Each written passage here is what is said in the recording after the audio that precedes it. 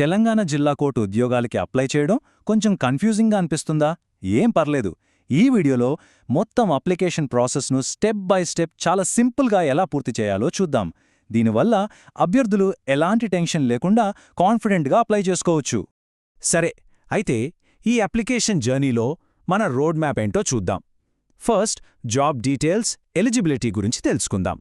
ఆ తర్వాత కావాల్సిన డాక్యుమెంట్స్ ఏంటో చూసి రిజిస్ట్రేషన్, డీటెయిల్స్ ఫిల్ చేయడం, ఫైనల్ సబ్మిషన్, ఈ 3 మెయిన్ స్టెప్స్ గురించి మాట్లాడుకుందాం. ఇక చివర్లో ఛాన్సెస్ పెంచుకోవడానికి 1 కంటే ఎక్కువ పోస్టులకి ఎలా అప్లై చేయాలో కూడా చూద్దాం. రైట్, ఇక మొదటి సెక్షన్లోకి వెళ్ళిపోదాం. Job details and eligibility. గుర్తుపెట్టుకోండి, అప్లికేషన్ సక్సెస్ అవ్వాలంటే ముందు ఈ బేసిక్స్ సరిగ్గా అర్థం చేసుకోవడమే ఫస్ట్ స్టెప్. ముందుగా ఇది ఎంత పెద్ద అవకాశమో చూడండి. మొత్తం 859 వేకెన్సీలు ఉన్నాయి. ఇది చాలామందికి ఒక మంచి అవకాశమనే చెప్పాలి. ఇప్పుడు పోస్టులు, వాటికి కావలసిన క్వాలిఫికేషన్స్ చూద్దాం. ఇక్కడ ఒక చాలా ఇంట్రెస్టింగ్ పాయింట్ ఉంది. ఆఫీస్ సబార్డినేట్ పోస్టుకు 7 నుంచి 10వ తరగతి పాసైన వాళ్లు అర్హులు. కానీ డిగ్రీ చదివిన వాళ్లు దీనికి అర్హులు కారు. ఇది చాలా ముఖ్యం, నోట్ చేసుకోవాలి. ఇక ప్రాసెస్ సర్వర్కు 10th పాస్ అయితే చాలు. ఇంటర్ పాసైన వాళ్లు ఎగ్జామినర్ లాంటి పోస్టులకి, డిగ్రీ ఉన్నవాళ్లు జూనియర్ అసిస్టెంట్ పోస్టులకి అప్లై చేసుకోవచ్చు. ఇక ఫీజు, ఏజ్ లిమిట్ విషయానికొస్తే జనరల్, బీసీ అభ్యర్థులకు 600 రూపాయలు, ఎస్సీ ఎస్టీ వాళ్లకి 400 రూపాయలు. వయస్సు సాధారణంగా 18 నుంచి 46 సంవత్సరాల మధ్య ఉండాలి. ఇక ఎస్సీ, ఎస్టీ, బీసీ అభ్యర్థులకు 5 ఏళ్ల ఏజ్ రిలాక్సేషన్ కూడా ఉంటుంది. ఇప్పుడు రెండో సెక్షన్, ఇది చాలా ముఖ్యం. డాక్యుమెంట్స్ రెడీ చేసుకోవడం. ఒక్క విషయం గుర్తుంచుకోండి, ఆన్లైన్ ప్రాసెస్లో టెన్షన్ పడకుండా ఉండాలంటే ముందుగానే ఈ డాక్యుమెంట్స్ అన్నీ రెడీగా ఉంచుకోవడం బెటర్. సగం పని అయిపోయినట్టే. అప్లికేషన్ ఫామ్ ఓపెన్ చేసే ముందే ఈ డాక్యుమెంట్స్ అన్నీ స్కాన్ చేసి ఒక ఫోల్డర్లో పెట్టుకోండి. అవేంటంటే మీ ఫోటో, సంతకం, 10th క్లాస్ మెమో, ఇది కంపల్సరీ. అలాగే 1వ తరగతి నుంచి 7వ తరగతి వరకు స్టడీ సర్టిఫికేట్లు, ఇంకా మీ కేటగిరీని బట్టి క్యాస్ట్, గ్రాడ్యుయేషన్ లేదా టెక్నికల్ స్కిల్స్ సర్టిఫికేట్లు. ఇలా చేస్తే లాస్ట్ మినిట్ టెన్షన్ ఉండదు. చాలామంది ఇక్కడే తప్పు చేస్తారు, సో జాగ్రత్తగా గమనించండి. మీ ఫోటో, సంతకం ఈ 2 జేపీజీ ఫార్మాట్లో 80 KB లోపు ఉండాలి. మిగిలిన సర్టిఫికేట్స్ అన్నీ, అంటే 10th మెమో, స్టడీ సర్టిఫికేట్స్ అన్నీ పీడీఎఫ్ ఫార్మాట్లో గరిష్టంగా 1 MB సైజులో ఉండాలి.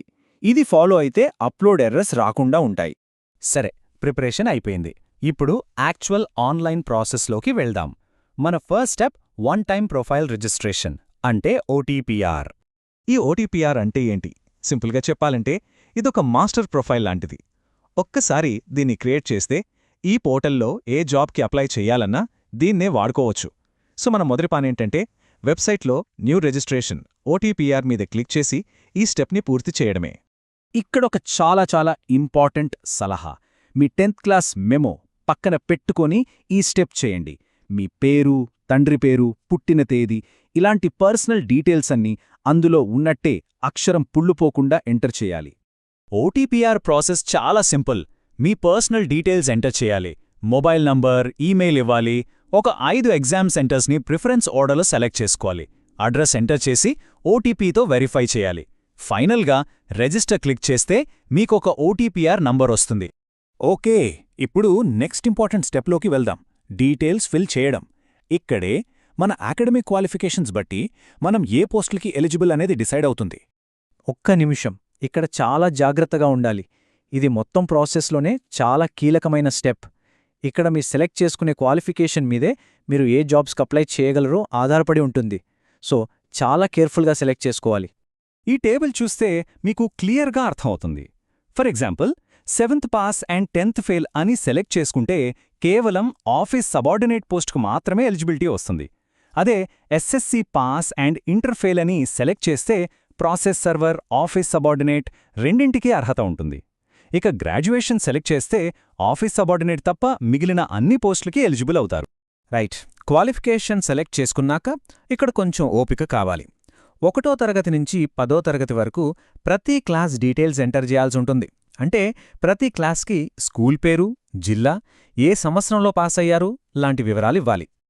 ఆల్మోస్ట్ చివరికి వచ్చేశాం. ఇప్పుడు ఫైనల్ స్టెప్, అప్లోడ్ చేసి సబ్మిట్ చేయడం. ఒక్క అప్లికేషన్ కంప్లీట్ చేయడానికి అవసరమైన చివరి పనులేంటో చూద్దాం. సబ్మిట్ బటన్ నొక్కే ముందు ఈ చెక్ లిస్ట్ ఫాలో అవ్వండి. ఫస్ట్ ఏ పోస్ట్కో సెలెక్ట్ చేసుకోవాలి.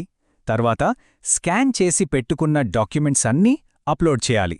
పేమెంట్ కోసం ఆన్లైన్ ఆప్షన్ సెలెక్ట్ చేసుకోవాలి. డిక్లరేషన్స్కి టిక్ చేసి ప్రివ్యూ బటన్ నొక్కి డీటెయిల్స్ అన్నీ ఒక్కసారికి 2 సార్లు చెక్ చేసుకుని అప్పుడు సబ్మిట్ క్లిక్ చేయాలి. Okay, final section. ఒక పోస్ట్కి అప్లై చేసేశారు. మరిన్ని పోస్టులకు అప్లై చేయాలంటే ఎలా? అవకాశాలను ఎలా పెంచుకోవాలో చూద్దాం. చాలామందికొచ్చే డౌట్, 1 కంటే ఎక్కువ పోస్టులకు అప్లై చెయ్యొచ్చా అని.